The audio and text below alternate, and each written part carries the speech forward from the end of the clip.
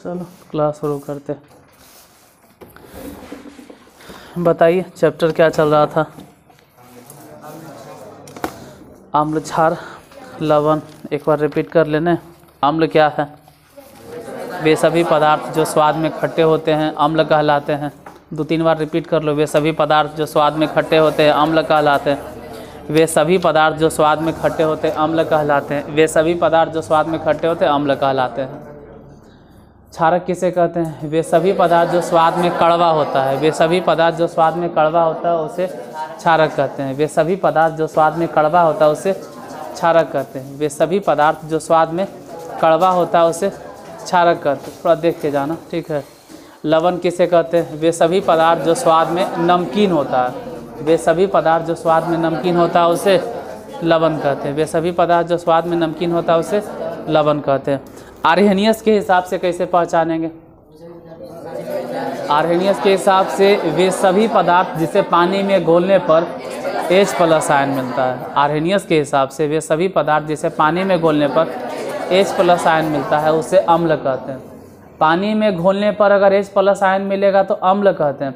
लेकिन अगर किसी पदार्थ को हम पानी में घोले और OH- दे तो इसे क्षारक कहते हैं। पानी में घोले और OH- दे क्षारक कहते हैं। क्षारक और क्षार में अंतर क्या है? क्षारक सूखा भी हो सकता है, क्षारक गीला भी हो सकता है। क्षारक को ऐसे कहीं कहीं भस्म भी पता नहीं सब कहता है, जो भी कहे। लेकिन क्षार अगर बोल रहे हैं तो क्षार के मतलब 100% है क्यों? पानी में घोला हुआ ही होगा। इंग्लिश में अल्कली इसको बोलते हैं और क्षारक को इंग्लिश में बेस बोलते हैं। अब हर जगह ऐसे तो नहीं पहचानते रहेंगे कि कौन H+ दिया, कौन OH- दिया, या हर जगह एसिड को चख के तो नहीं चेक करेंगे। पता चल रहा कोई हार्ड एसिड रहा, स्ट्रॉन्ग एसिड रहा, खाएं तो टे बोल गए, वैसा का भी नहीं है। हर जगह खाते नहीं रहना है, और चेक करे ले कुछ होना चाहिए। और जो चेक करे वाला चीज़ होता है कुछ ही बोलते हैं इंडिकेटर्स, उसको बोलते हैं सूचक। सूचक अभी सूचक क्या है? वे सभी पदार्थ या वैसे पदार्थ जो अम्ल या क्षारक के संपर्क में आने पर, देखो अम्ल या क्षारक, कॉपी नहीं खोलना है। जब हम रिवीजन कर रहे हैं, पढ़ाते हैं तभी तक कॉपी खोलना है। जब हम कॉपी तभी बोलते हैं खोले जब हम पढ़ा रहे हैं, लिखा रहे हैं। जब रिवीजन कर रहे हैं दिमाग खोलो कि सूचक क्या है। दिमाग बंद करके कॉपी खोल लेते हो तो नहीं। वे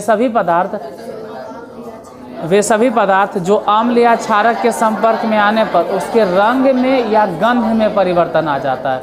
रंग में या, अब बोल रहे हैं रंग में या गंध में परिवर्तन आ जाता है। इसका मतलब है कि सूचक भी 2 तरह के होता होगा, एगो रंग सूचक और एगो, मतलब अगर अम्ल या क्षारक के संपर्क में आने पर किसी पदार्थ का रंग बदल जाए तो रंग सूचक बोलेंगे या रंगीय सूचक बोलेंगे। अगर गंध में परिवर्तन आ जाए, मान लो ऐसे बोल दे कि यदि कोई पदार्थ अम्ल या क्षारक के संपर्क में आने पर उसके गंध में परिवर्तन आ जाता है तो उसे गंधीय सूचक कहते हैं। रंगीय सूचक में सबसे फेमस है लिटमस पत्र। अरे रंग सूचक सबसे फेमस है लिटमस का ओरिजिनल कलर अगर हम बोले तो लिखवाए होंगे। ओरिजिनल रंग उसका बैंगनी है, लेकिन कुछ उसमें चिपका के फिल्टर पेपर उसका रंग बदल दिया जाता है। हालांकि लिटमस 2 तरह के हैं, लाल लिटमस और blue litmus. Red litmus blue में कन्वर्ट हो जाएगा, लेकिन रेड लिटमस ब्लू में कन्वर्ट कैसे होगा? ब्लू यानी कि बेस चाहिए उसको। रेड जब बेस के संपर्क में आता है तब ब्लू होता है। अब ब्लू लिटमस पेपर रेड कैसे हो जाएगा? लाल जब एसिड के संपर्क में आएगा। तो लिटमस पेपर दोनों हो गया क्लियर। अब आते हैं फिनोप्थेलिन ले लो। फिनोप्थेलिन भी कलर इंडिकेटर है।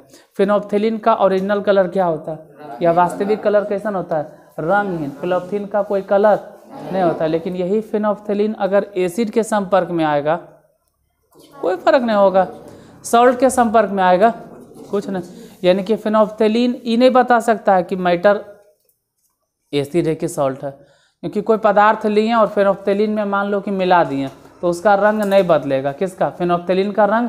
और अगर फिनोप्थेलिन का रंग नहीं बदल रहा है इसका मतलब या तो एसिड है या तो हम पूरी नहीं कह सकते हैं कन्फर्म कि वो एसिड है कि सॉल्ट है।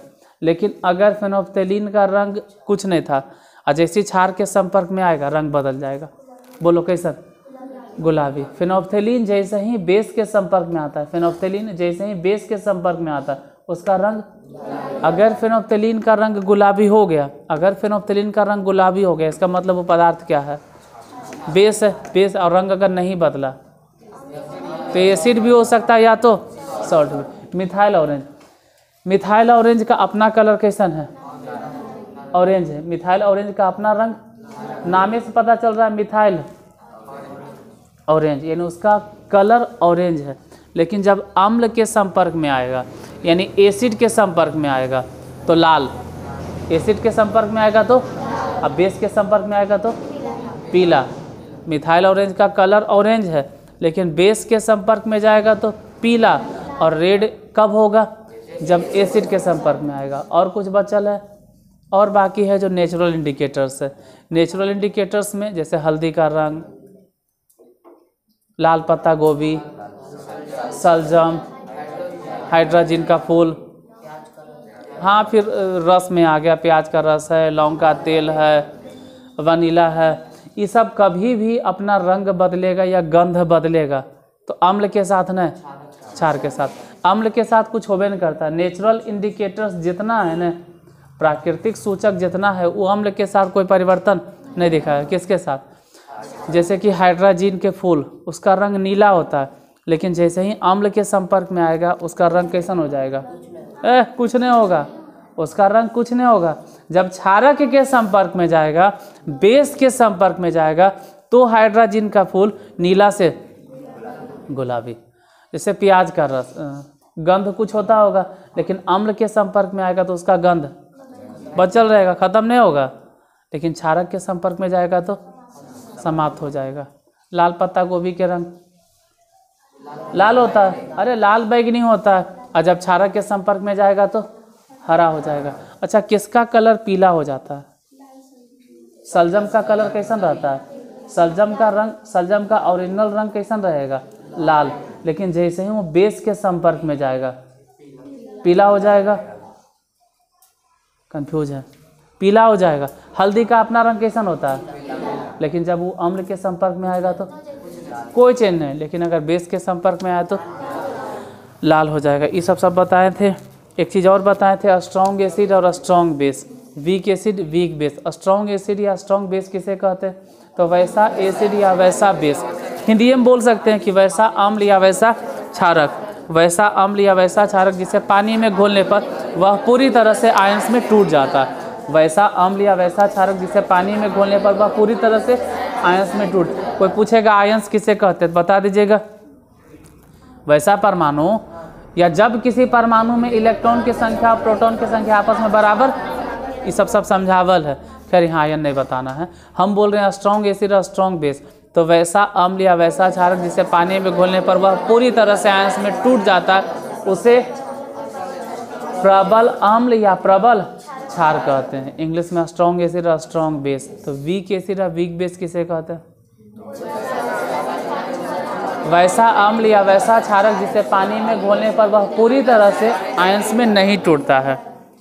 वैसा अम्ल या वैसा क्षारक जिसे पानी में घोलने पर वह पूरी तरह से आयंस में नहीं टूटता है उसे दुर्बल अम्ल या दुर्बल क्षारक कहते हैं। एक आगो एग्जाम्पल भी याद रखना था, जैसे स्ट्रॉन्ग एसिड के एगो एग्जाम्पल याद रखना है, HCl या H2SO4। वीक एसिड के एगो एग्जाम्पल याद रखना है, एसिटिक एसिड। स्ट्रॉन्ग बेस के एगो एग्जाम्पल याद रखना है, sodium hydroxide, potassium hydroxide. Weak base है या स्ट्रॉन्ग बेस है, सॉरी स्ट्रॉन्ग बेस है। वीक बेस के एग्जाम्पल कैल्शियम हाइड्रोक्साइड और मैग्नीशियम हाइड्रोक्साइड। अगर हम तुमसे पूछ दें कि वीक एसिड या वीक बेस किसे कहते तो क्या बताओगे? बोलो, अभी 2-3 बार बोलें।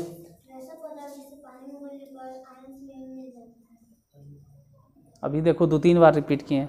और वैसा पदार्थ नहीं बोले, हम बोले हैं वैसा अम्ल या वैसा क्षारक जिसे पानी में घोलने पर वह पूरी तरह से आयंस में नहीं टूटता है, आयंस में नहीं टूटता है, तभी ना वीक होगा, वीक एसिड या वीक बेस। तो स्ट्रॉन्ग एसिड या स्ट्रॉन्ग बेस किसे कहते हैं? तुम मतलब बैठो। स्ट्रॉन्ग एसिड या स्ट्रॉन्ग बेस जिसे पानी में घोलने पर पूरी तरह से सही है, आयंस में टूट जाता है। जो पूरी तरह से आयंस में टूटेगा वो स्ट्रॉन्ग एसिड या स्ट्रॉन्ग बेस होगा। ये सब बतावल था। कुछ रिएक्शंस भी दिखाए थे हम आपको। और लास्ट में एक एग्ज़ाम्पल बताए थे, क्या था वो एग्ज़ाम्पल? हाँ, धातु जब अम्ल धातु के साथ अभिक्रिया करेगा तो क्या होता है? सबसे फेमस क्वेश्चन कितना देखते हैं कि पूरा एकदम महान एकदम बतेते रहता है ऐसा। अरे काहे ले यार, जब धातु पूरा इतना बड़ा कर देता है, लगता है महाभारत चल रहा है। जब धातु अम्ल के साथ अभिक्रिया करेगा, या उल्टा बोलो कि अगर अम्ल धातु के साथ अभिक्रिया करती है तो कौन से गैस निकलेगा? H2 gas. यही नहीं, अगर क्षारक भी धातु के साथ अभिक्रिया करेगा तो भी कौन से गैस निकलेगा? दोनों ही कंडीशन में कौन से गैस निकलता है? लेकिन सभी धातु अम्ल के साथ अभिक्रिया कर लेता है। सबके सब धातु अम्ल के साथ अभिक्रिया, लेकिन सभी धातु क्षारक के साथ अभिक्रिया। इसलिए क्षारक के बारे में एग्जाम में नहीं पूछेगा, ठीक है? क्षारक के बारे में नहीं पूछता है, क्षारक के बारे में एग्जाम में नहीं पूछेगा। अब रहा बात कि जो ज़्यादा रिएक्टिव है, हाई रिएक्टिव जो धातु है, जिसकी अभिक्रियाशीलता ज़्यादा है, वो जब अम्ल के साथ अभिक्रिया करेगा तो H2 गैस बाहर निकलेगा। लेकिन जिसकी अभिक्रियाशीलता कम है वो भी रिएक्शन करेगा, लेकिन H2 गैस बाहर कॉम्प्लेक्स बना लेगा, और वैसन सिचुएशन में वो पूरा खराब हो जाएगा। जैसे मान लो दही है या कोई खट्टा पदार्थ है, अगर हम उसको पीतल के बर्तन में रखें, तांबे के बर्तन में रखें तो खराब हो जाता है। काहे? या नहीं रखना चाहिए। काहे? तो पीतल के बर्तन में दही या खट्टा पदार्थ इसलिए नहीं रखना चाहिए क्योंकि पीतल या तांबा दही के साथ अभिक्रिया कर लेता है। काहे कर लेता है? अरे दही या खट्टा पदार्थ क्या है? अम्ल है। दही या खट्टा पदार्थ, और हम बोले हैं कि अम्ल धातु के साथ अभिक्रिया करता है। अम्ल धातु के साथ अभिक्रिया, चाहे वो कम रिएक्टिव हो चाहे तो, लेकिन अम्ल धातु के साथ अभिक्रिया, अम्ल धातु के साथ अभिक्रिया करेगा। जैसे कि देखो, अगर कम रिएक्टिव है, कोई कहे कम रिएक्टिव है सर, क्यों हम आगे आऊँ, ये सब तो कम रिएक्टिव है सर। पीटी, ये सब तो हाइड्रोजन से कम रिएक्टिव है सर, ये सब हाइड्रोजन से कम रिएक्टिव है सर। हाइड्रोजन से, अरे ये सब कम रिएक्टिव है, हाइड्रोजन तो ज़्यादा रिएक्टिव है ना। अब मान लो हम HCl ले लिए, हाइड्रोजन क्लोराइड, HCl, ये क्या है? एक तरह का एसिड है, और हाइड्रोजन तो ज़्यादा ताकतवर है ना, कॉपर से ज़्यादा ताकतवर है कौन? हाइड्रोजन। तो कॉपर जाके रिएक्शन नहीं करता है। ऐसा नहीं कि कॉपर गया रिएक्शन करे, ऐसा नहीं है कि मरकरी गया रिएक्शन कर, ऐसा नहीं है कि सिल्वर गया रिएक्शन करे ले, कौन आ गया? हाइड्रोजन। एसिड से हाइड्रोजन रिएक्शन करे ले, मतलब बोलो ने कि रिएक्शन में धातु नहीं जा रहा है, रिएक्शन में कौन जा रहा है? दही। रिएक्शन में कौन जा रहा है? खट्टा पदार्थ। रिएक्शन में दही है, खट्टा पदार्थ है, अचार वचार जो भी है, ये जा रहा है। आई जब रिएक्शन करेगा तो दही हो जाएगा खराब।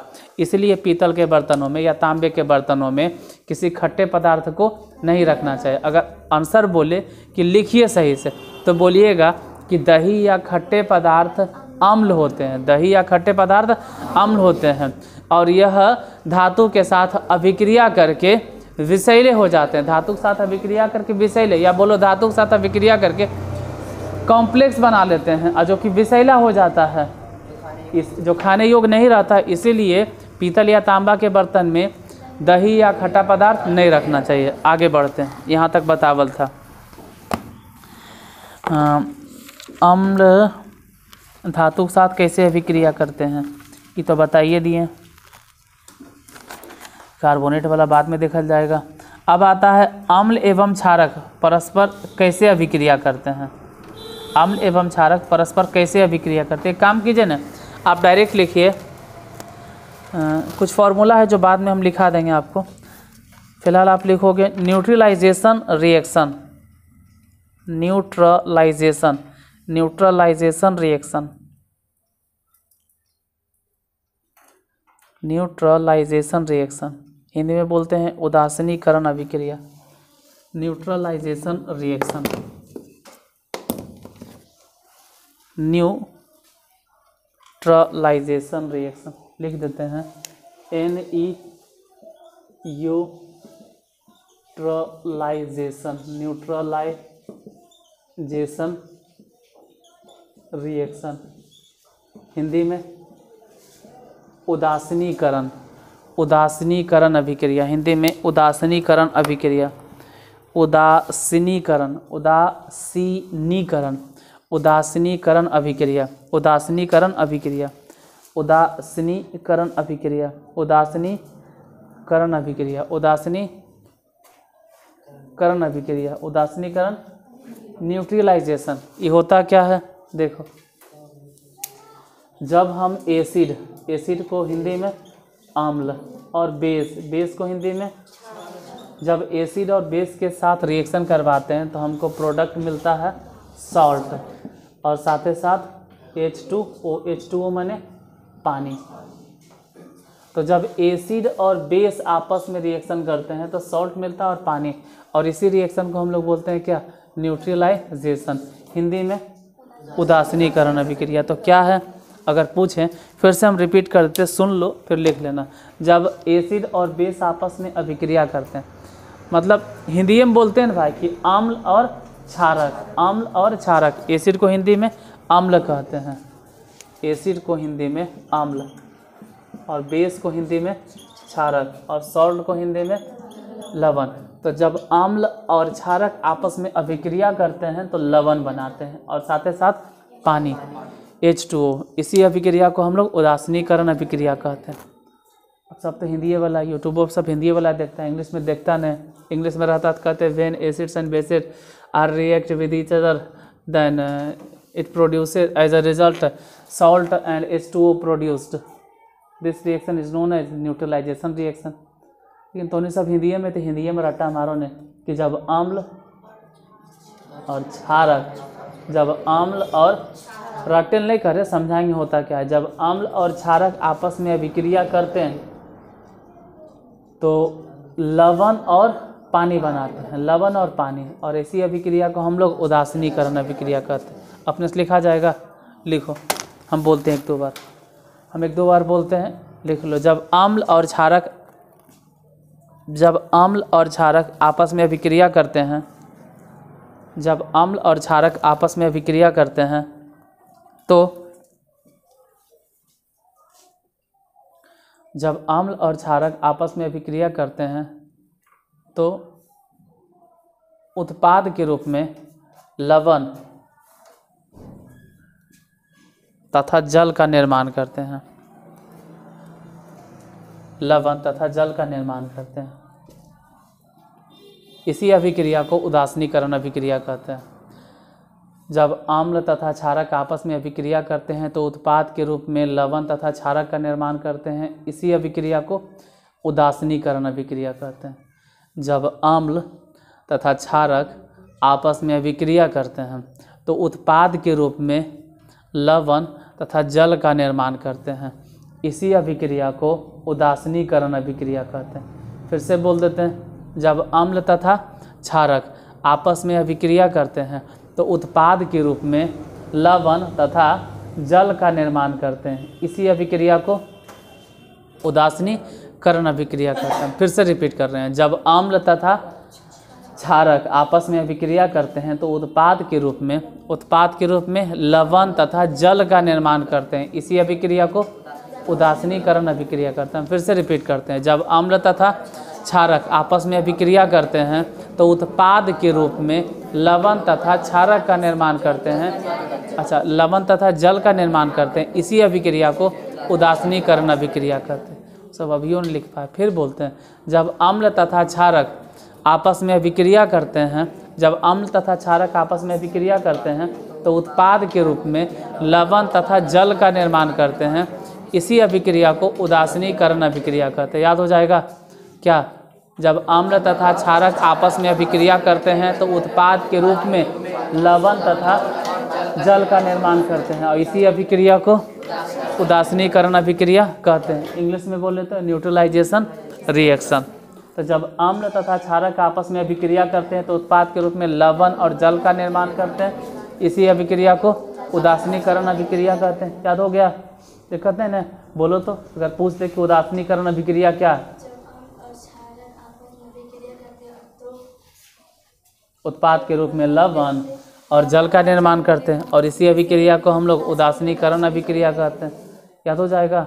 ठीक है, बैठो, बोलो तुम, उदासीनीकरण अभिक्रिया क्या है? अभिक्रिया करते हैं तो उत्पाद के रूप में, इसी अभिक्रिया को उदासीनीकरण ये भी कह सकते हैं कि अम्ल और क्षारक अगर आपस में संपर्क में आते हैं तो लवण और जल का निर्माण करते हैं। ऐसा का अभिक्रिया कौन सी अभिक्रिया कहलाता है? उदासीनीकरण। बोल देगा, कोई दिक्कत नहीं ना, बोलो तो तुम। उदासीनीकरण अभिक्रिया जब अम्ल तथा क्षारक अभिक्रिया करते हैं तो उत्पाद के रूप में लवण और जल का निर्माण करते हैं। इसी अभिक्रिया को उदासीनीकरण अभिक्रिया कहते हैं। एक दो एग्जाम्पल लिख लेंगे, बैठो एक दो एग्जाम्पल लिख लेते हैं, बैठो एक आध दो एग्जाम्पल लिख लो। मान लो कि कोई एग्जाम्पल ले लिए अम्ल का HCl, ऐसे तो एसिड ढेरे सारा है तो उतना एग्जाम्पल थोड़ा लेते रहेंगे। एक एग्जाम्पल ले, HCl एसिड हो गया, और एगो बेस उठा लीजिए, HCl एगो एसिड है, मान लेते हैं कि HCl एक एसिड है, और बेस उठा लेते हैं NaOH, ये बेस है। ये ध्यान देना कि HCl एसिड है और NaOH बेस है। और फिलहाल आप लोग 10th लेवल के हैं तो समझा देते हैं, H प्लस और Cl माइनस। जबकि हायर क्लास में जाओगे ना तो ऐसा नहीं होता है। हायर क्लास मतलब ISC में ये नहीं बोलना है कि H प्लस होता है और Cl माइनस होता है, ये सब गलत बात है। H पे प्लस नहीं होता है। अगर ISC में पढ़ाएंगे तो बोलेंगे कि यहाँ पे H प्लस नहीं है, डेल्टा प्लस है यहाँ पे, और यहाँ बोलेंगे डेल्टा। यहाँ डेल्टा प्लस डेल्टा माइनस नहीं बोलते, यहाँ सिंपल बोलते हैं कि H प्लस और Cl। वैसे ही सोडियम पे प्लस और OH पे माइनस। अब सोडियम क्या करेगा कि वहाँ से हाइड्रोजन को हटा देगा। सोडियम प्लस है ना, और हाइड्रोजन भी क्या है, तो प्लस प्लस में रिपल्सन होगा, ये हाइड्रोजन को हटा देगा, हाइड्रोजन को हटा देगा और अपने जाके चिपक जाएगा किसके साथ में, NaCl। और ये जो H प्लस है वो किसके साथ में चिपक जाएगा, OH माइनस के साथ में बना लेगा कोची। यही जो बना है ना NaCl, यही कहलाता है कोची, सॉल्ट। एक आग और एग्जांपल ले लेते हैं, मान लेते हैं कि एसिड उठा लिए H2SO4, ये भी एसिड है H2SO4, और एक आगो बेस उठा लेते हैं कोई भी, मान लो कैल्शियम हाइड्रोक्साइड। कैल्शियम हाइड्रोक्साइड क्या है, बेस है। हमरा नहीं समझ में आता है सर, आएगा आएगा टाइम के साथ आएगा। अगर किसी क्वेश्चन लग रहा है ना तो आएगा, टेंशन नहीं लो। ये H2SO4 क्या है, एसिड है H2SO4। अच्छा, ये दोनों के दोनों जो एसिड लिए हैं गौर से देखोगे ना, दोनों एसिड कैसन है, दोनों वीक है कि स्ट्रॉन्ग है, दोनों स्ट्रॉन्ग है। HCl भी स्ट्रॉन्ग एसिड है, H2SO4 भी, जबकि NaOH स्ट्रॉन्ग बेस तो है, ये स्ट्रॉन्ग बेस है, लेकिन कैल्शियम हाइड्रोक्साइड स्ट्रॉन्ग बेस नहीं है, वीक बेस है। अरे लिखावल होगा ये सब, लिखा है लिखल। अच्छा अभी पूछेंगे, फिलहाल इन दोनों को मिला दो तो वहाँ से हाइड्रोजन हट जाएगा। देखो कैल्शियम पे प्लस और OH पे माइनस, वैसे ही हाइड्रोजन पे प्लस और सल्फेट पे माइनस। सच्चाई तो ये कि जब माइनस माइनस कई बार रहता है, 2 बार, और जब प्लस प्लस भी कई बार रहता है, क्योंकि H 2 बार है। कैल्शियम पे जो प्लस बात कर रहा हूँ कई बार रहेगा, 2 बार, क्योंकि बेटा मांगे कार स्कूटर बाप राजी, कौन से वैलेंसी है, 2 है। बेटा मांगे कार स्कूटर बाप +2 है, तो हाइड्रोक्साइड पे भी माइनस कई बार रहेगा। कैसे पता चलता है सर, हाइड्रोक्साइड के पीछे लगल है कौची, मतलब 2 बार माइनस है। फिलहाल उतना मत सोचो, कैल्शियम यहाँ से उठाओ और बैठा दो किसके साथ में, सल्फेट के साथ में। तो कैल्शियम और इनमें से हो गया सल्फेट। ये सही लिखल है कि गलत है, कैल्शियम के वैलेंसी बोलो 2, ये जब लिखे होंगे तो काहे नहीं लिखे, क्योंकि सल्फेट के वैलेंसी भी कितना, 2 से 2 कट गया, प्लस में क्या मिला है, OH माइनस और H2, दोनों को मिला दो तो मिला के हो गया H2O। हालांकि H2O यहाँ कई गो बनेगा, 2 गो। बोलो काहे 2 गो बना, क्योंकि OH माइनस कई बार गया, उन्हें से H प्लस कई बार आया, तो H2O कई गो बनेगा, 2 बार। ये एग्जाम्पल है किसका, न्यूट्रलाइजेशन रिएक्शन के। इसको क्या बोलेंगे, कैल्शियम सल्फेट को हम लोग क्या बोलते हैं, सॉल्ट। ये हो गया सॉल्ट। अब आता है सॉल्ट कई तरह का होता है, फिलहाल इसको लिख लीजिए, फिर आगे बढ़ेंगे कि लवण कई प्रकार के, लवण कितने तरह के हैं।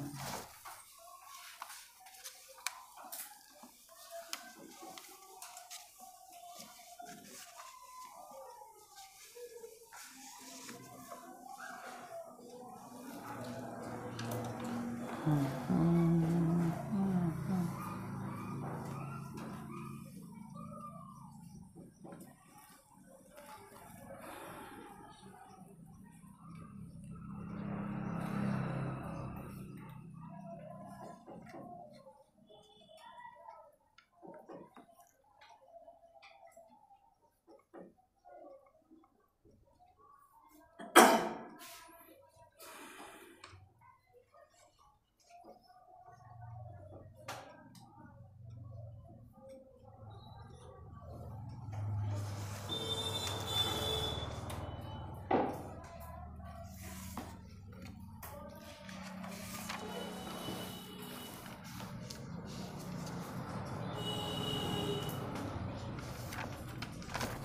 गया। लिखिए टाइप्स ऑफ सॉल्ट, लवण कितने प्रकार के, लवण कितने तरह के हैं।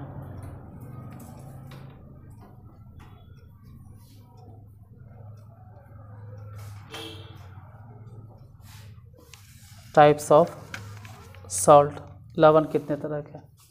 लिखो लवण 3 प्रकार के हैं, लवण 3 प्रकार के हैं, मतलब there are 3 types of salt.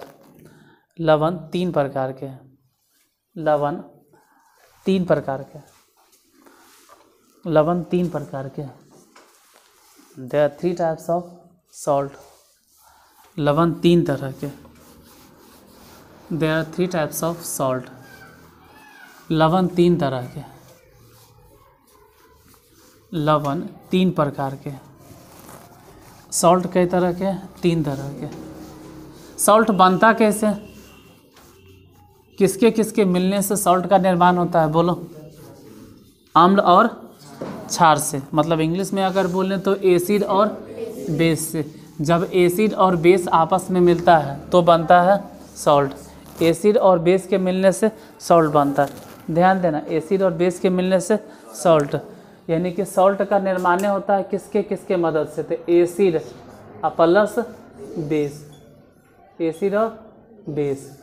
ये एसिड है और ये बेस है, एसिड और बेस के मिलने से। सिर्फ समझने के लिए बतला रहे हैं, ठीक है। एसिड और बेस के मिलने से क्या बनता है, सॉल्ट, और फिर निकलता है H2O। सिर्फ समझने के लिए बतला रहा, कोई सीरियसली नहीं लेगा। ये मान लेते हैं कि ए से अम्मा, बी से पापा, एस से शिशु। ठीक है, पानी तो खैर पानी निकलवे करेगा। जब अम्मा, बाप या पापा जो भी बोलो, ये दोनों मिलता है तो बनता कौन सी है, शिशु। यानी कि माँ और बाप के मिलने से बच्चे का जन्म हुआ। अब वो बच्चे में नेचर आएगा या तो माँ के या तो बाप के। कितना के चेहरा होता है जब पापा नियन मिलता है, कितना के चेहरा होता है जब माँ नियन मिलता है। वो डिपेंड करता है कि केकर टेंडेंसी ज़्यादा है। मतलब किसी के चेहरा मिलता है पापा नियन, कोई वैसा बच्चा होता है जेकर चेहरा पर मम्मी जैसन मिलता है। तो वैसे ही जो सॉल्ट बना है ना, कुछ सॉल्ट ऐसा है, कुछ सॉल्ट ऐसा है जो लगता है कि एसिड जैसन है तो उसको बोलते हैं एसिडिक सॉल्ट। और कुछ सॉल्ट ऐसा है जो लगता है बेस जैसन तो उसको बोलते हैं बेसिक सॉल्ट। और कुछ सॉल्ट ऐसा है जो ना तो एसिड के जैसा है ना ही कई को ऐसा रहता है कि जेकर बाल बच्चा नहीं तो मैये नहीं तो पता नहीं करने जाके मिल जाता है अजीब से, तो वो बोलेंगे न्यूट्रल सॉल्ट है। ठीक है, ऐसा कोई गलत बात नहीं, न्यूट्रल सॉल्ट है।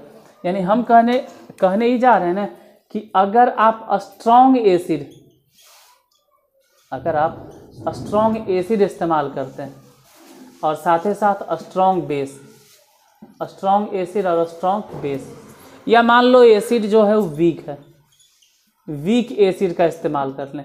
वीक के स्पेलिंग देख लेना, आज तक हमको नहीं आता। सही है, वीक एसिड इस्तेमाल कर लें। और मान लो वीक बेस, हुआ क्या कि एसिड भी स्ट्रॉन्ग था और बेस भी स्ट्रॉन्ग था। तो ऐसा एसिड और ऐसा बेस जब मिलेगा, बेस देखो यहाँ पे, एसिड देखो, एसिड भी स्ट्रॉन्ग बेस भी स्ट्रॉन्ग, तो जाहिर सी बात है कि जो सॉल्ट बनेगा ना, उस सॉल्ट को हम लोग बोलेंगे कि वो सॉल्ट कैसा है, न्यूट्रल है। अगर वीक एसिड वीक बेस है तब भी जो सॉल्ट बनेगा ना, उसको हम लोग कहेंगे न्यूट्रल सॉल्ट है। कौन सा सॉल्ट है, न्यूट्रल सॉल्ट है।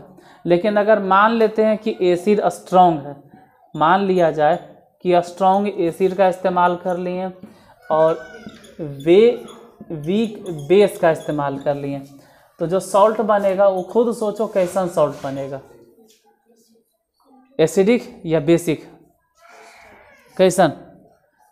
उसमें कैरेक्टर के कर आएगा, एसिड के कि बेस के? का है स्ट्रॉन्ग है, जो स्ट्रॉन्ग है कैरेक्टर भी तो ओकरे जैसा नहीं आएगा, तो जो सॉल्ट बनेगा उस सॉल्ट कैसन हो जाएगा वह एसिडिक, एसिडिक सॉल्ट। मान लेते हैं कि हम थोड़ा सा वीक एसिड के इस्तेमाल कर लिए और अबरी बेस जो इस्तेमाल करेंगे ना, उस बेस का इस्तेमाल हम कर लिए स्ट्रॉन्ग बेस का, तो अबरी जो सॉल्ट बनेगा वो कैसन सॉल्ट होगा? कैसन? एसिडिक कि बेसिक? बेसिक क्यों? क्योंकि अबरी बेस स्ट्रॉन्ग है तो सॉल्ट हो जाएगा बेसिक। तेरा रट्टा नहीं मानना, अपने समझना है कि सॉल्ट कई तरह के, 3 तरह के। कौन कौन? Neutral salt, acidic salt, basic salt. Neutral salt कब बनता है? जब स्ट्रॉन्ग एसिड और स्ट्रॉन्ग बेस, जब स्ट्रॉन्ग एसिड और स्ट्रॉन्ग बेस आपस में मिलता है तो न्यूट्रल सॉल्ट बनता है और जल तो निकलवे करेगा। ऐसे भी कह सकते हैं कि जब वीक एसिड और वीक बेस आपस में रिएक्शन करता है तब भी जो सॉल्ट बनता है वो कौन से सॉल्ट होता है? Neutral salt. जब स्ट्रॉन्ग एसिड और स्ट्रॉन्ग बेस आपस में रिएक्शन करेगा तो न्यूट्रल सॉल्ट बनता है। अगर वीक एसिड और वीक बेस तब भी न्यूट्रल सॉल्ट। ध्यान से सुनो, अगर एसिड स्ट्रॉन्ग है और बेस वीक है, मतलब वीक बेस है, वीक बेस है, तो कैसन सॉल्ट बनेगा? एसिडिक। अगर वीक एसिड है, वीक एसिड है और स्ट्रॉन्ग बेस है, कैसन सॉल्ट बनेगा? बेसिक। समझ में आ गया? तो इसको लिख लो, ये काफ़ी है। बाकी डिफिनेशन तो हम ऐसे बोल देते हैं, किसी को लिखना होगा तो लिख लेगा डिफिनेशन। जैसे कि न्यूट्रल सॉल्ट हम लिखा देते हैं, उसको बोलते हैं उदासीन लवण, हिंदी में बोलते हैं उदासीन लवण। न्यूट्रल सॉल्ट, उदासीन लवण। क्या होता है उदासीन लवण? तो उदासीन लवण लिखिएगा, एक एक करके लिख लेना ना, क्या फ़र्क पड़ता है। देखो जैसे अभी हम किसका डेफिनेशन लिखा रहे हैं? उदासीन लवण के, तो इसको लिख लेना अभी खाली, उदासीन लवण। इसे इसको लिख लीजिए, हम हट गए हैं, लिखना है तो लिख लो। अगर उतना जल्दी लिख सकते हो तो लिख लो, नहीं तो बाद में यूट्यूब से स्क्रीनशॉट अपना ले लेना। फिलहाल डेफिनेशन लिख लीजिए। न्यूट्रल सॉल्ट, हिंदी में ही बोले, वो तो समझाने के लिए स्ट्रॉन्ग एसिड और स्ट्रॉन्ग बेस का इस्तेमाल किए थे, इसको बोलेंगे हिंदी में। यदि प्रबल अम्ल, स्ट्रॉन्ग एसिड को हिंदी में क्या बोलते हैं? प्रबल अम्ल। प्रबल अम्ल एवं प्रबल क्षारक, प्रबल अम्ल एवं प्रबल क्षारक आपस में अभिक्रिया करता है या आपस में अभिक्रिया करते हैं तो उदासीन लवण, उदासीन लवण का निर्माण होता है। फिर से बोलें, यदि प्रबल अम्ल एवं प्रबल क्षारक, प्रबल अम्ल एवं प्रबल क्षारक, प्रबल अम्ल एवं प्रबल क्षारक आपस में अभिक्रिया करते हैं तो उदासीन लवण का निर्माण होता है। या दुर्बल अम्ल या दुर्बल क्षारक, या करके लिखिएगा, दुर्बल अम्ल और दुर्बल क्षारक, दुर्बल अम्ल और दुर्बल क्षारक आपस में अभिक्रिया करते हैं, दुर्बल अम्ल और दुर्बल क्षारक आपस में अभिक्रिया करते हैं तो जिस लवण का निर्माण होता है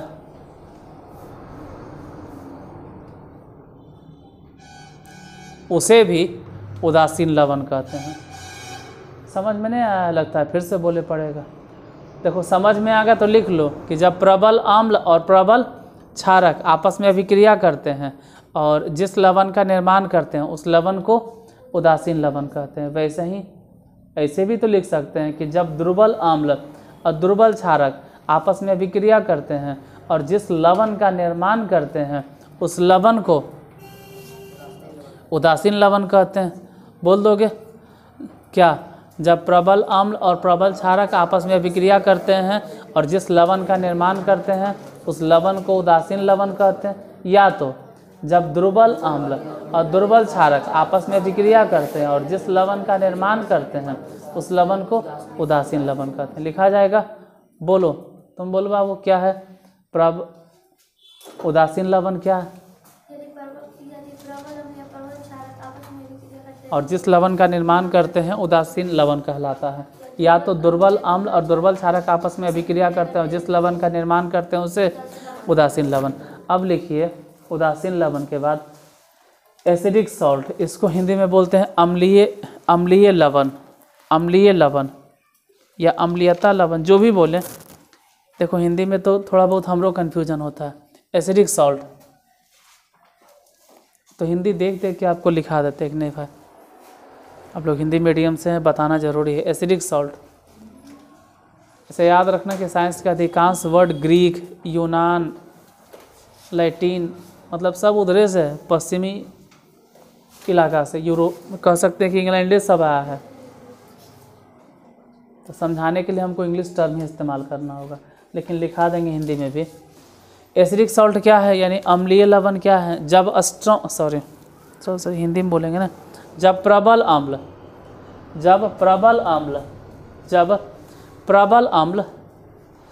और प्रबल क्षारक, नहीं गलती बोल दी है, दुर्बल नहीं होगा क्योंकि एसिडिक सॉल्ट पे हम जा रहे हैं। जब प्रबल अम्ल और दुर्बल क्षारक, यहाँ पे क्षारक जो है दुर्बल होना चाहिए, मतलब बेस जो है वीक होना चाहिए, तभी तो एसिडिक सॉल्ट बनेगा। स्ट्रॉन्ग एसिड होना चाहिए जहाँ पे। जब प्रबल अम्ल और दुर्बल क्षारक, क्षारक दुर्बल होगा, अम्ल प्रबल होगा, तभी तो पटक पटक के मारेगा। प्रबल अम्ल सही है, रियली में ही है, अगर वो स्ट्रॉन्ग होगा तभी तो उसका कैरेक्टरिस्टिक आएगा सॉल्ट में भी। जब प्रबल अम्ल और दुर्बल क्षारक आपस में अभिक्रिया करते हैं और जिस लवण का निर्माण करते हैं या जो लवण का निर्माण करते हैं उस लवण को अम्लीय लवण कहते हैं। यानी लवण भी अम्लीय होता है, नहीं उसमें थोड़ा सा कैरेक्टरिस्टिक ज़्यादा है एसिडिक का, एसिडिक सॉल्ट कहते हैं। फिर से बोल दे कि जब प्रबल अम्ल और दुर्बल क्षारक आपस में अभिक्रिया करते हैं तो जिस लवण का निर्माण करते हैं उस लवण को अम्लीय लवण कहते हैं। तो बाइलिंगुअली लिखो ना भाई, मिला जुला के कि स्ट्रॉन्ग एसिड और वीक बेस आपस में रिएक्शन करता है। बाइलिंगुअल लिखो कि जब स्ट्रॉन्ग एसिड और वीक बेस आपस में रिएक्शन करता है तो जिस सॉल्ट का निर्माण करते हैं या जो सॉल्ट बनता है उसी सॉल्ट को हम लोग एसिडिक सॉल्ट कहते हैं। पूरा इंग्लिश में लिखेंगे तो फिर बोलना पड़ेगा कि if strong acid is treated with weak base then the formed salt is known as acidic salt. लेकिन उतना नहीं लिखना है, तो मिला जुला के लिख सकते हो ना कि स्ट्रॉन्ग एसिड और वीक बेस आपस में रिएक्शन किया और जिस सॉल्ट का फॉर्मेशन हुआ है या जो सॉल्ट बना है वही सॉल्ट क्या कहलाता है? Acidic salt.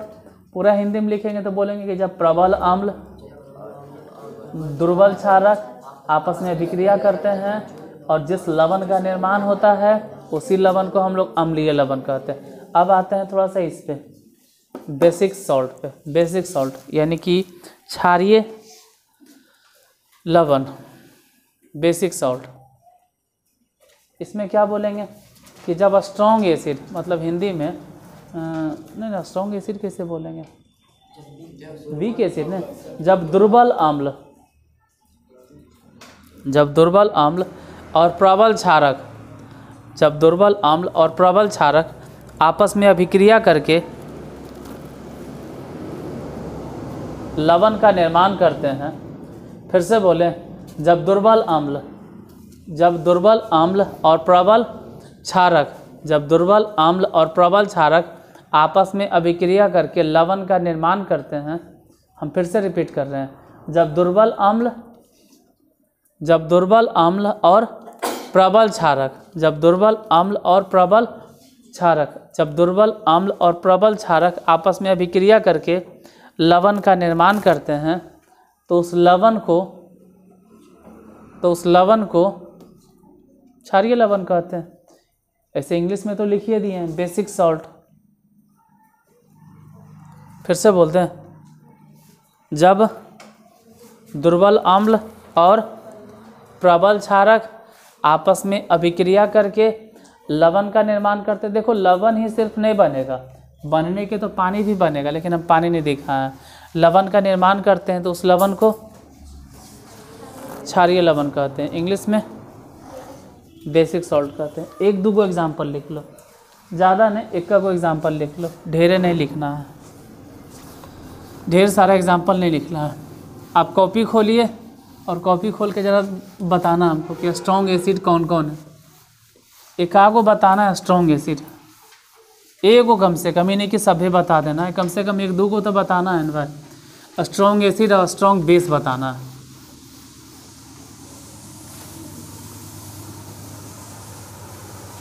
ढेरे ने एक दो को बताना है।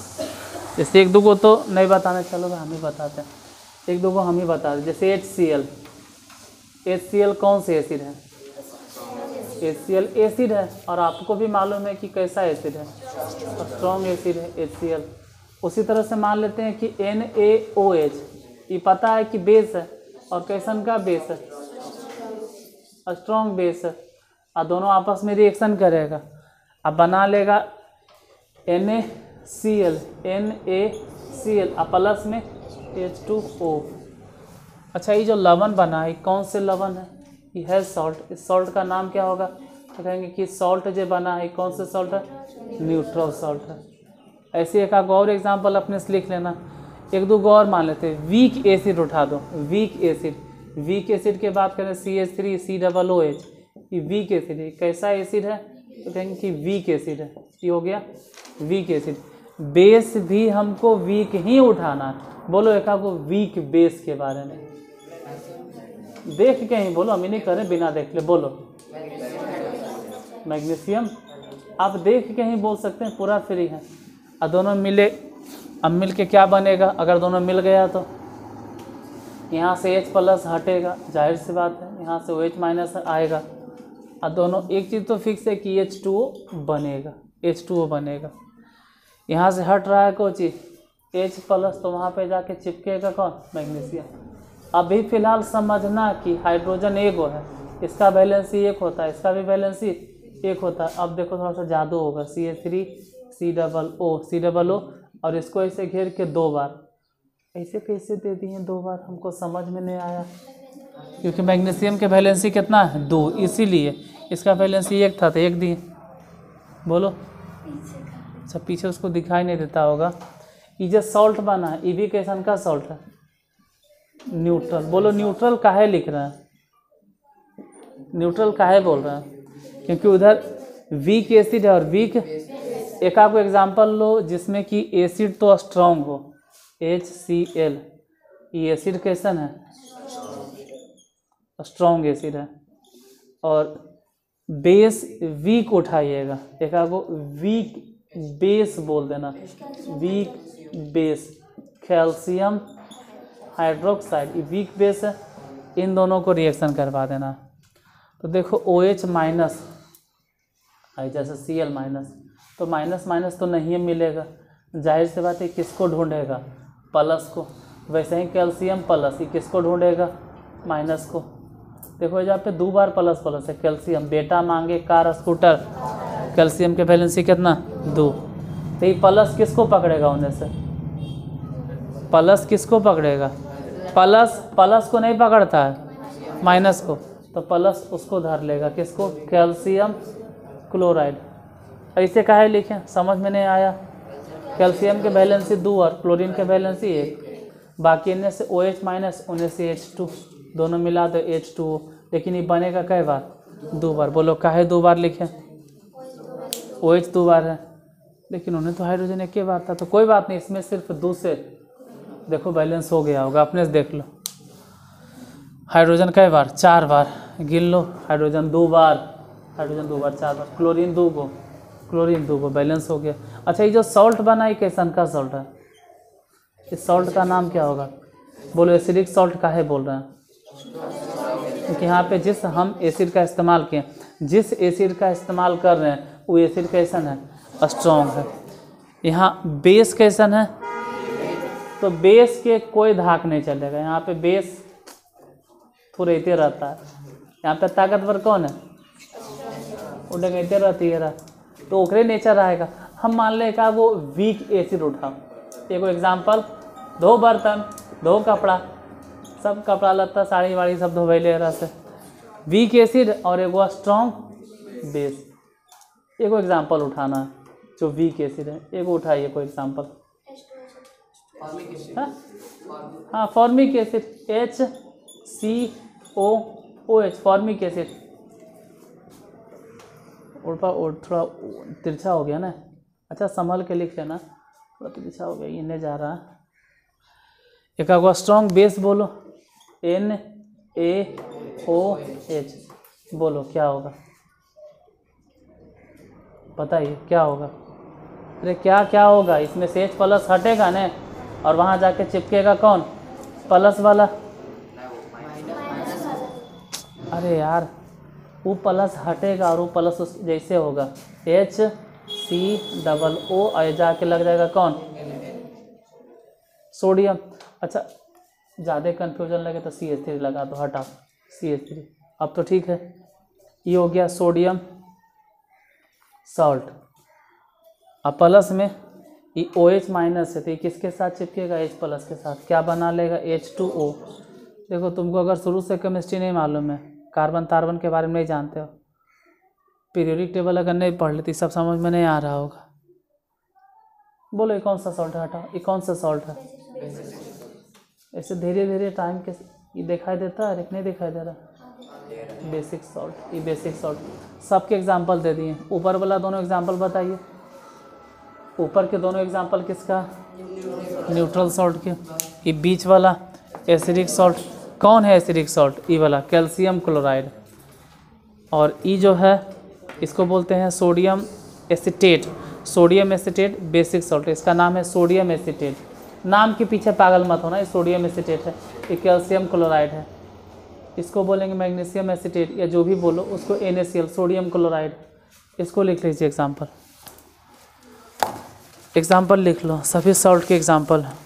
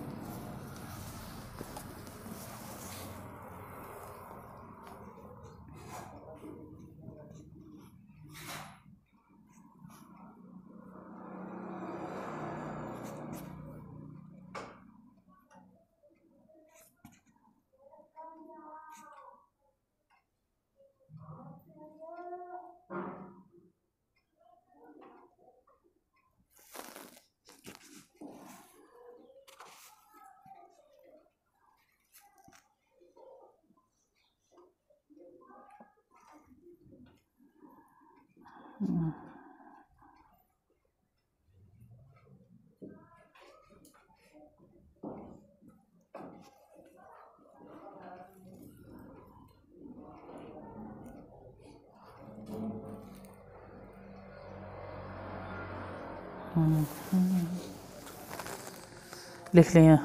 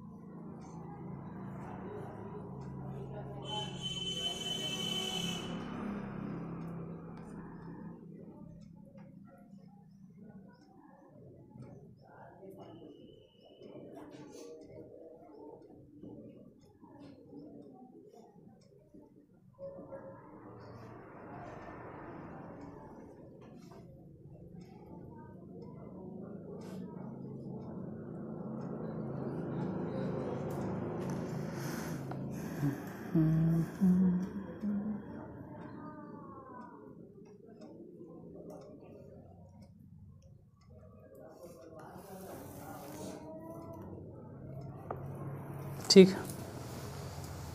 आगे कल याद दिलाना, ठीक है? क्या बताना है कल याद दिलाइएगा कि धात्विक ऑक्साइड और अधात्विक ऑक्साइड के साथ में अम्ल तथा क्षार की अभिक्रिया। कल याद दिलाना कि धात्विक ऑक्साइड, देखो अब कल पूछेंगे तो बोलेगा कुछ बोलवे नहीं किया था, आज हम पहले ही बता दे रहे हैं कि धात्विक ऑक्साइड और अधात्विक ऑक्साइड के साथ में अम्ल तथा क्षार की अभिक्रिया कल बताना है। तो आज यहीं तक, ऐसे काम चलाइए।